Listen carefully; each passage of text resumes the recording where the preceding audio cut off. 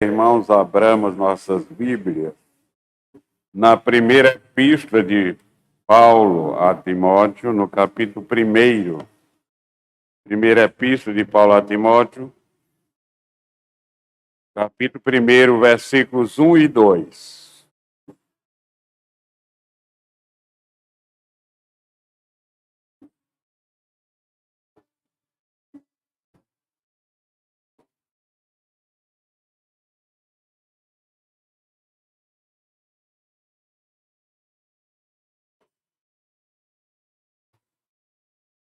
Diz a palavra de Deus: Paulo, apóstolo de Cristo Jesus, pelo mandato de Deus, nosso Salvador, e de Cristo Jesus, nossa esperança. A Timóteo, verdadeiro filho na fé, graça, misericórdia e paz da parte de Deus Pai e de Cristo Jesus, nosso Senhor. Oremos. Ó Pai, como é bom estar na tua casa, Senhor. Como é bom, ó Pai, saber que tu estás aqui. Que a glória, a importância deste culto está exatamente no fato da tua presença aqui conosco, nos animando,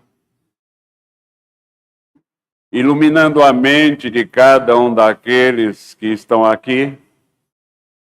Nós pedimos, Senhor, que tu ilumines também a mente daqueles que vão ouvir, mas não estão aqui.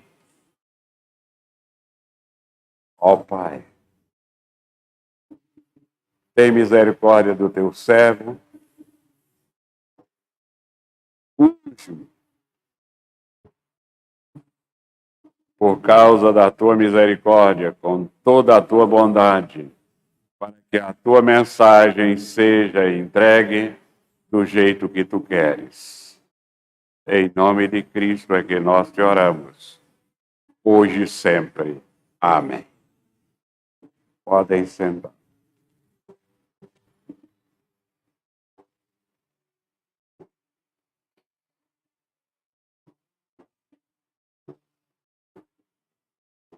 Quando nós prestamos bem atenção a esse texto e desdobramos ele em cada uma das suas afirmações, nós vamos descobrir a mensagem maravilhosa que Deus tem para nós através desse texto. O apóstolo Paulo começa o texto dizendo: Paulo, apóstolo de Cristo Jesus. O que Paulo está dizendo aqui? É que ele é o enviado de Cristo com uma comissão especial. Nós que lemos a Bíblia sabemos muito bem que Paulo foi escolhido por nosso Senhor Jesus Cristo. Não foi apenas escolhido, mas foi preparado por Cristo.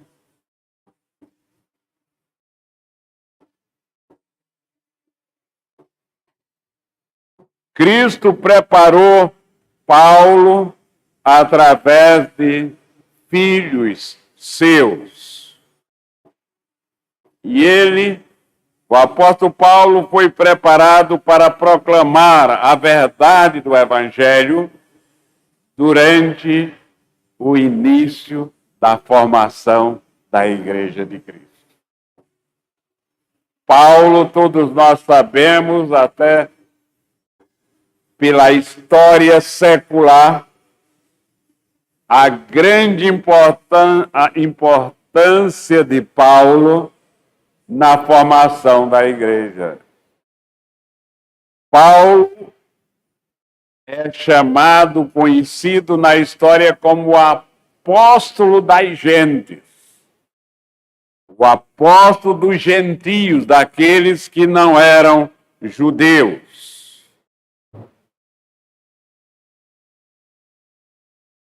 Paulo, muitas vezes, tinha que enfrentar as dificuldades entre os judeus, por não ser um dos 12 apóstolos originais. Paulo precisava defender o seu apostolado, principalmente no início do seu ministério. A partir do momento em que Paulo foi desempenhando o seu apostolado, eles, pelo seu próprio trabalho, pela própria dinâmica da sua vida como mensageiro do Evangelho, ele garantiu em Cristo Jesus a autoridade de apóstolo. Ainda no versículo 1, apóstolo de Cristo Jesus pelo mandato de Deus, nosso Salvador. Este é o título, meus irmãos. Deus como Salvador, que é muito usado no Velho Testamento. A Bíblia é uma só. No Novo Testamento, só nas cartas pastorais. 1ª, 2ª Timóteo e Tito. Mas a raiz está no Antigo Testamento. Porque Deus é, por natureza, o nosso Salvador. Por natureza, Ele é a fonte da nossa salvação. Ainda no versículo 1, desdobrando o texto, e de Cristo, Paulo, apóstolo de Cristo Jesus, pelo mandato de Deus, nosso Salvador, e de Cristo Jesus, nossa esperança.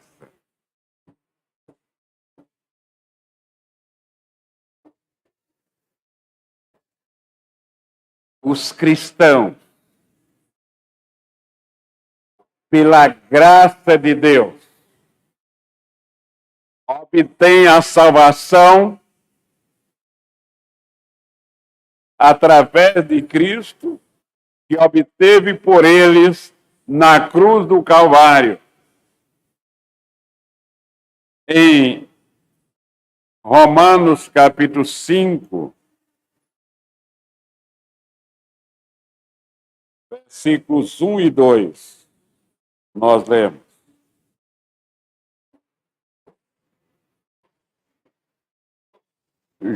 Justificados, pois, mediante a fé, temos paz com Deus por meio de nosso Senhor Jesus Cristo, por meio de quem obtivemos igualmente acesso pela fé a esta graça na qual estamos firmes e gloriamo-nos na esperança da glória de Deus.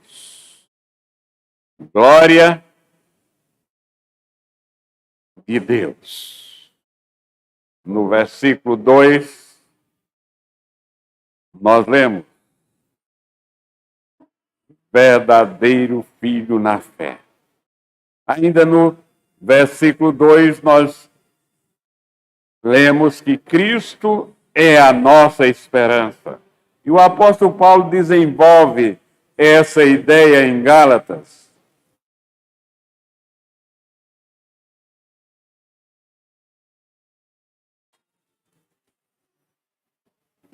No capítulo 5,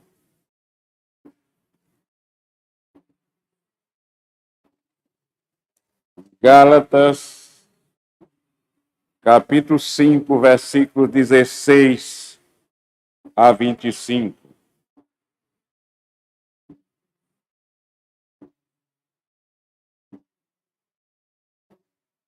As obras da carne e o fruto do Espírito. Digo, porém, andai no Espírito e jamais satisfarei a concupiscência da carne.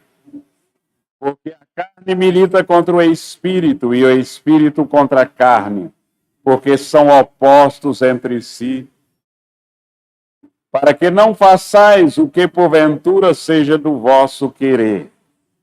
Mas se sois guiados pelo Espírito, não estáis sob a lei.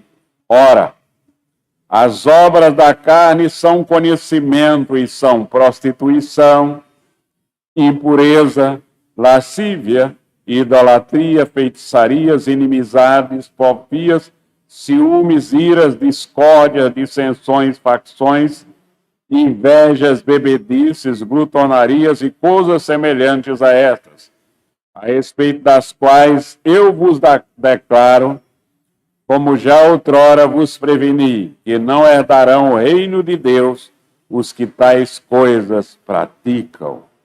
Mas o fruto do Espírito é amor, alegria, paz, longanimidade, benignidade, bondade, fidelidade, mansidão, domínio próprio. Contra essas coisas não há lei.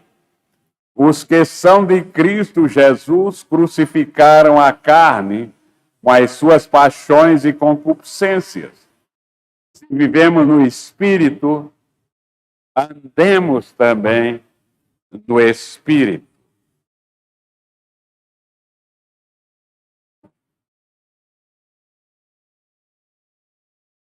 No versículo 2, nós lemos: Timóteo, verdadeiro filho na fé.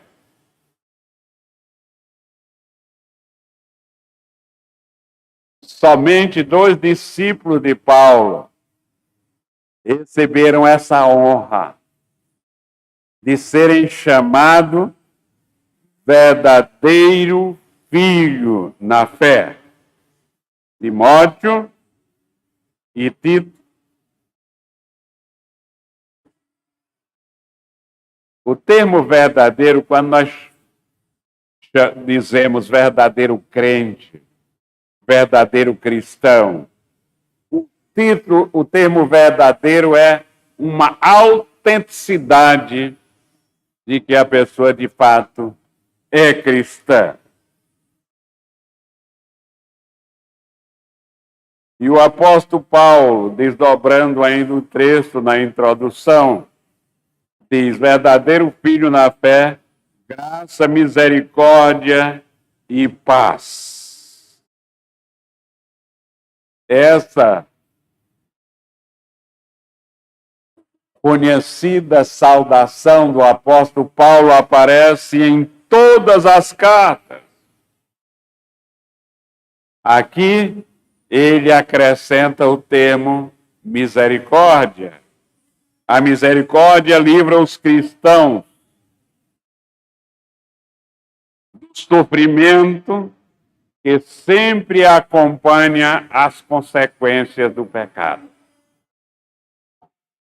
Nós não vivemos sofrendo o tempo todo por causa da misericórdia do Senhor.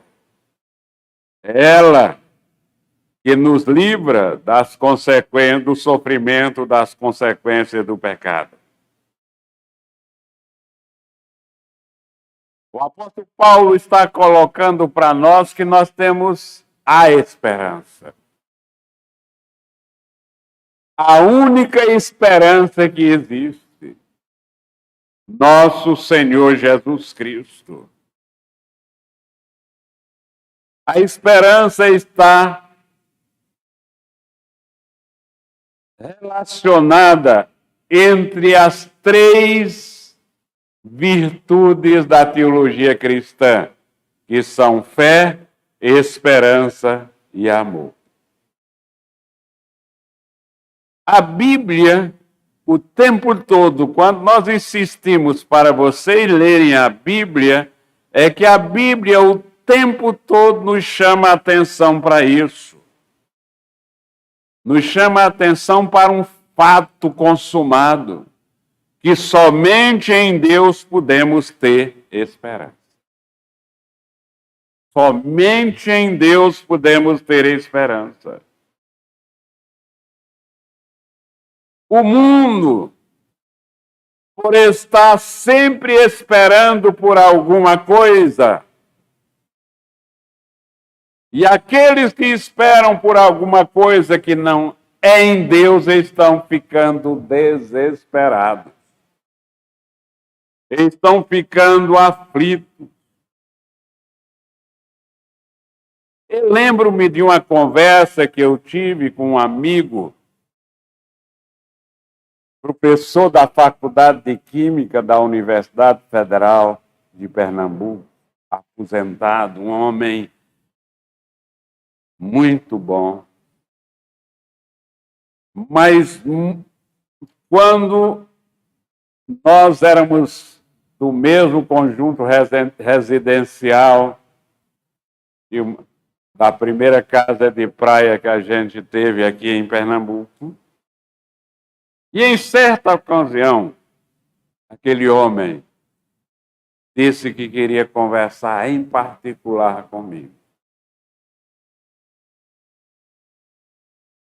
E eu disse, nesse conjunto residencial é difícil, então vamos lá para casa. E lá na casa dele, nesta ocasião, ele chorando, copiosamente, ele disse como ele se sentia. Ele disse, eu estou me sentindo como alguém que vai escorregando por uma parede lisa sem ter no que se agarrar. É assim. A sensação das pessoas que não têm Cristo no coração. É assim a sensação das pessoas que esperam noutras pessoas, que têm esperança noutras pessoas, têm esperança no político A, no político B, no amigo A, no amigo B, no presidente A, no presidente B, e assim por diante. Esse meu amigo, naquele momento, vive esta experiência, a experiência de alguém que descobriu que não tinha esperança.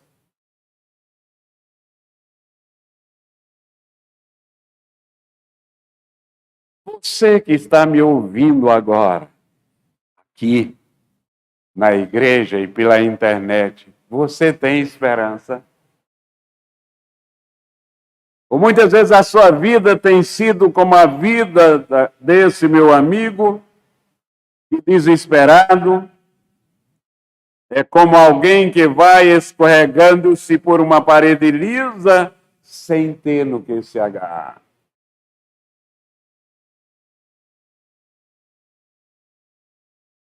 Você tem esperança? É a primeira pergunta.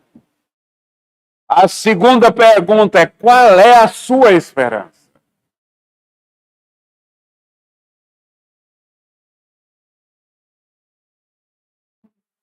E a pergunta seguinte é: onde está a sua esperança?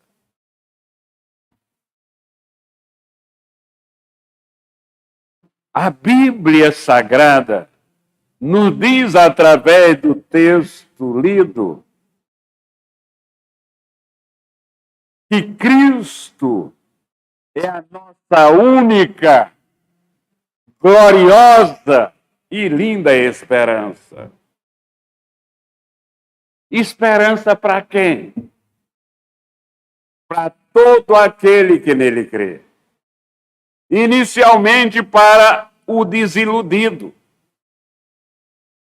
Lemos na Bíblia Sagrada, em Mateus, aliás, no Evangelho segundo São Marcos, capítulo 5, versículos 25 e 34 a 34,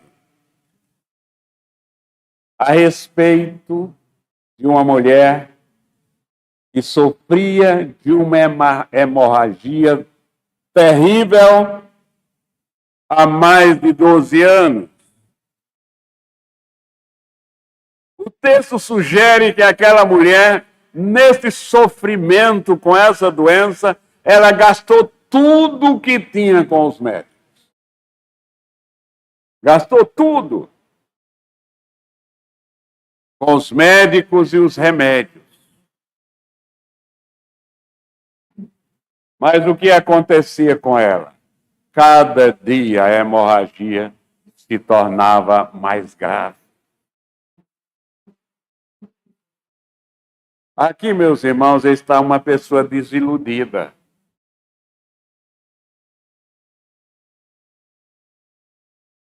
Desiludida com todos, quem sabe desiludida com todos, até que um dia, o dia mais feliz da vida dela, não apenas pela cura material, porque junto da cura material veio a cura espiritual, que esse sim é o dia mais feliz da nossa vida. Que dia foi esse? Foi um dia em que aquela mulher, tocada pelo Espírito Santo, tocou nas vestes de nosso Senhor Jesus Cristo. Tocou em Jesus e assim ela foi curada do seu flagelo. Foi curada gloriosamente do seu flagelo. Você que está me ouvindo agora, pode ser uma dessas pessoas desiludidas da vida. Existem muitas. Quem sabe você está desiludido com muitas coisas. É preciso que você tenha uma certeza. Coloque na sua mente uma certeza que Jesus de Nazaré é a verdadeira esperança. É a única esperança que existe. Quando tudo falha, como aconteceu com aquela mulher, Ele está bem junto a nós para nos estender a mão, uma mão salvadora e amiga, porque Ele é a nossa única esperança. Esperança para o desiludido, esperança também para o cansado. Preste atenção, muitos de nós ficamos a vida toda reclamando de cansaço. Jesus é a esperança para o cansado. Vejam que contradição. Vivemos no século da sofisticação tecnológica, do computador, das naves espaciais, do raio laser. Mas o que nós encontramos são homens cansados. Muito cansados mesmo.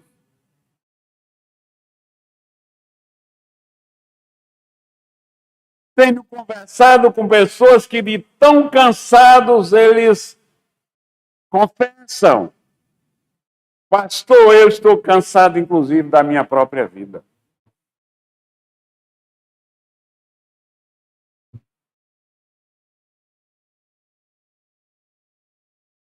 as clínicas especializadas, com tratamentos sofisticados, estão cada dia distribuindo em excesso tranquilizantes,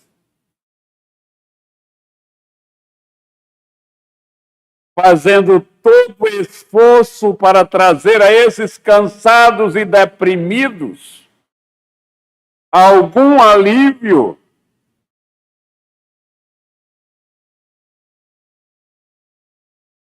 Alguém definindo o homem do nosso século.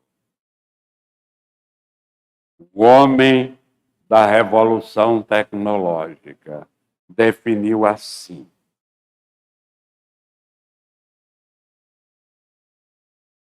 o aflito é um homem velho, cabisbaixo, com as costas, que às costas leva um saco só de penas, cheio de penas, julgando que ele está cheio de chumbo. Os seus pecados.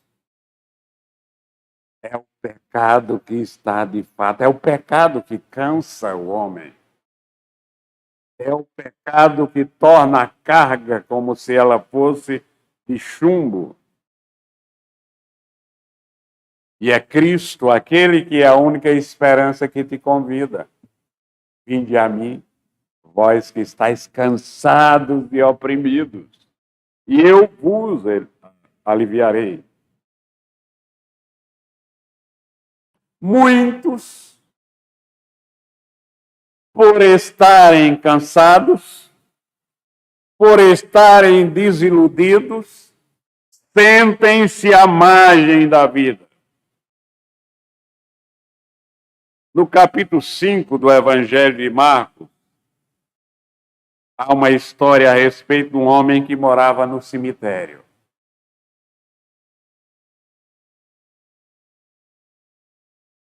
Nem as correntes podiam deter aquele homem. Andava dia e noite, todo esfarrapado. Era o pobre homem de Gandara. Ele vivia à margem de tudo e de todos. Era um homem desintegrado, marginalizado. Certo dia, ele encontrou com Jesus. Ele encontrou com Jesus. Que maravilha! Agora aquele gadareno foi encontrado pelo povo da cidade não acorrentado no cemitério, mas assentado, penteado, vestido em perfeito juízo, um homem integral, um homem novo. Sim, um homem feliz. Por quê? Porque Jesus é a esperança para todos, inclusive para aqueles que vivem à margem da vida. É a esperança para aquele que se sente à margem da vida. Meus irmãos, meu querido ouvinte, pense, medite com sinceridade nestas palavras. Cristo Jesus é a nossa única esperança. Vim agora com a minha filha e ela triste, porque nesses últimos 15 dias ela perdeu 2 colegas, um colega e uma colega, e tem nenhuma esperança na vida colocaram fim à sua própria vida.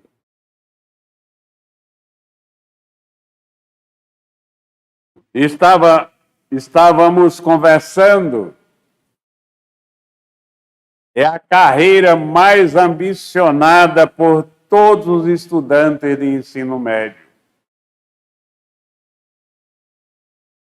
Vem nela todo um glamour, tanto de riqueza como de glória. Mas é o profissional que mais se suicida no Brasil. Não sei no mundo, eu li no Brasil. Que mais se suicida no Brasil.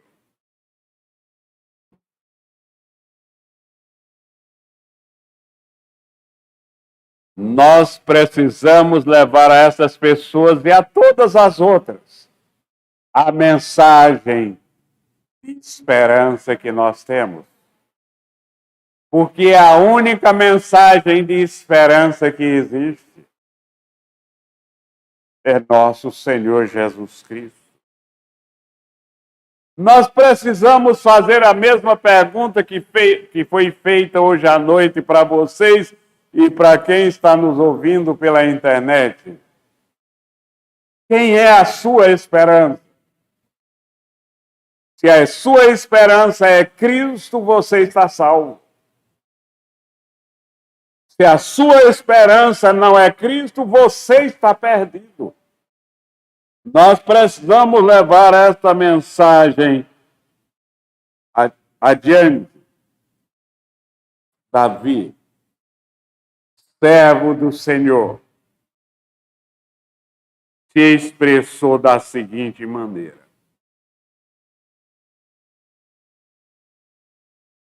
espera pelo Senhor, isso é, tem esperança no Senhor. Espera pelo Senhor, tem bom ânimo e fortifique-se o teu coração. Espera, pois, pelo Senhor. Ele é a nossa única esperança. Então, você, meu amigo que está ouvindo, você, meu irmão que está me ouvindo, faça agora mesmo a importante decisão, a mais importante decisão que alguém pode fazer na vida. Fazer de Cristo a sua única esperança. Que Ele nos abençoe, hoje e sempre. Amém.